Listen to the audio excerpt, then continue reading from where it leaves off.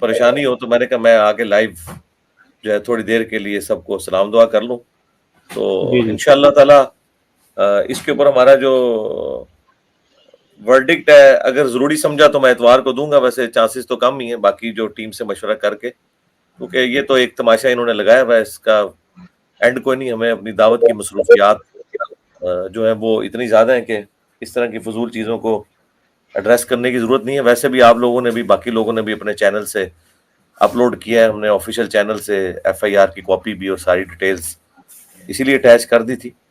اور امید ہے انشاءاللہ ہمارے جو جیلم اکیڈمی کا چینل ہے اس سے بھی انشاءاللہ تھوڑی بہت تفصیلات آپ کو مل جائیں گی تھوڑی دیر میں. تو باقی فکر مند ہونے کی ضرورت نہیں ہے. آپ سب لوگ مجھے بھی دعاؤں میں یاد رکھیں، ہمارے ٹیم ممبرز کو بھی اور ان سب کی فیملیز کو بھی، ہم بھی آپ کو دعاؤں میں یاد رکھیں گے اور انشاءاللہ تعالی اللہ تعالیٰ بہتری کرے گا.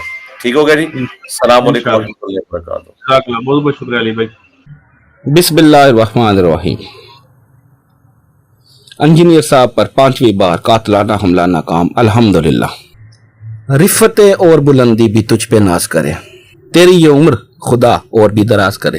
جی ہاں، صحیح سنا آپ نے. چونکہ یہ بات ایک بار پھر وائرل ہو چکی ہے تو سوچا اپنے ناظرین کو تمام حقائق اور مناظر آپ کو آپ کی سکرین پہ بھی دکھائے جائیں. تو ہوا کچھ یوں کہ ایک لڑکا جس کا نام عمر شہزاد ولد خالد محمود سکنہ نوشہرہ خواجگان تحصیل وزیلا گجرات کا رہائشی ہے، اکیڈمی میں صبح تقریباً 9 بجے ہینڈ بیگ پہنے ہوئے داخل ہوتا ہے اور بڑی مہارت سے اپنے بوٹوں میں ایک کھندوئی یعنی سوا نما چیز چھپا لاتا ہے اور بڑی چلاکی سے وہ پہلی صف میں بیٹھ جاتا ہے، جس کے مناظر آپ کو آپ کی سکرین پہ بھی دکھائے جائیں گے.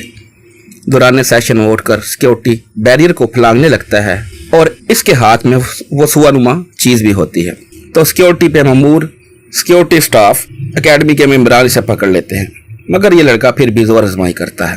خیر اسے پکڑ کر حوالہ پولیس کر دیا جاتا ہے. بعد ازاں اس کے بیگ کی جب تلاشی لی جاتی ہے تو اس میں سے ایک رجسٹر ملتا ہے اور ساتھ میں غازی علم دین کی تصویر، اور رجسٹر میں وہی ٹپیکل بریلوی سوچ جیسی شاعری، جہادی اور غازی شہید جیسے عبارتیں بھی نظر آتی ہیں. تو سوال یہ ہے کہ کون ہیں ان بچوں کے پیچھے جو ان ینگ بچوں کے برین واش کر رہے ہیں اور ایکسٹرا جوڈیشری ایکٹیویٹی کرنے پر اکساتے ہیں، جس سے ان بچوں کی اپنی ساری زندگی تو خراب ہوتی ہے، ساتھ میں اس کی فیملی کی بھی لائف عذاب بن جاتی ہے.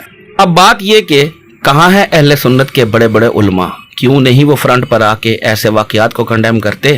وہ کس بات سے ڈرتے ہیں کہ آپ کی پبلک آپ کے مجمع چھٹ جائیں گے؟ ایسی ڈاکٹرائن سکھائی بھی تو آپ لوگوں نے خود ہی ہے نا.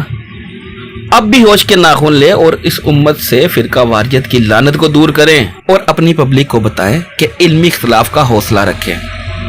کسی سے جینے کا حق تو نہیں چھینتے نا. یاد رکھیں اب بات بہت آگے نکل چکی ہے. انجینئر محمد علی مرزا صاحب کے لیے کہ رہنے یا نہ رہنے سے اب کوئی فرق نہیں پڑتا. جو کام انہوں نے کر دکھایا ہے انشاءاللہ تعالی اب فرقے زیادہ دیر نہیں بچنے والے انشاءاللہ تعالی. خدا را ہماری التجا ہے اہل سنت کے بڑے بڑے علماء سے کہ وہ خود میدان میں آئیں اور ایسے ہولناک واقعات کو خود کنڈیم کریں، ورنہ اس امت کا کوئی پرسان حال نہیں بچے گا. فرقہ واریت سے اس امت کی جان چھڑوائیں.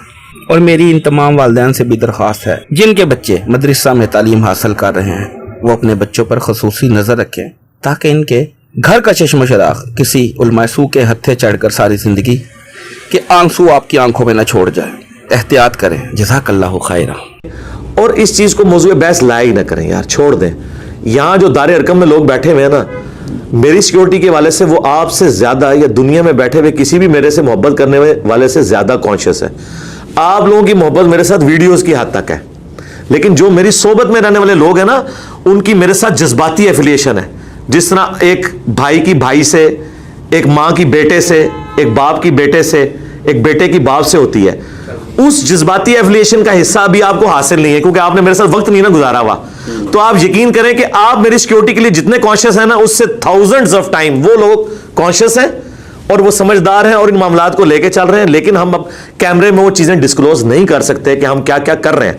آپ بے فکر رہیں اور انشاءاللہ تعالی ان چیزوں کو ڈسکس کرنے کی بجائے نا آپ دعاؤں کے اوپر زور رکھیں جو آپ کا کام ہے. آپ بے فکر رہیں، یہاں بہت ذمہ داری کے ساتھ کام ہو رہا ہے. ورنہ آپ یقین جانیں جس میں پوری دنیا ایک بندے کے پیچھے پڑی ہوئی ہے تو آپ دیکھیں کیا سے کیا ہو جائے.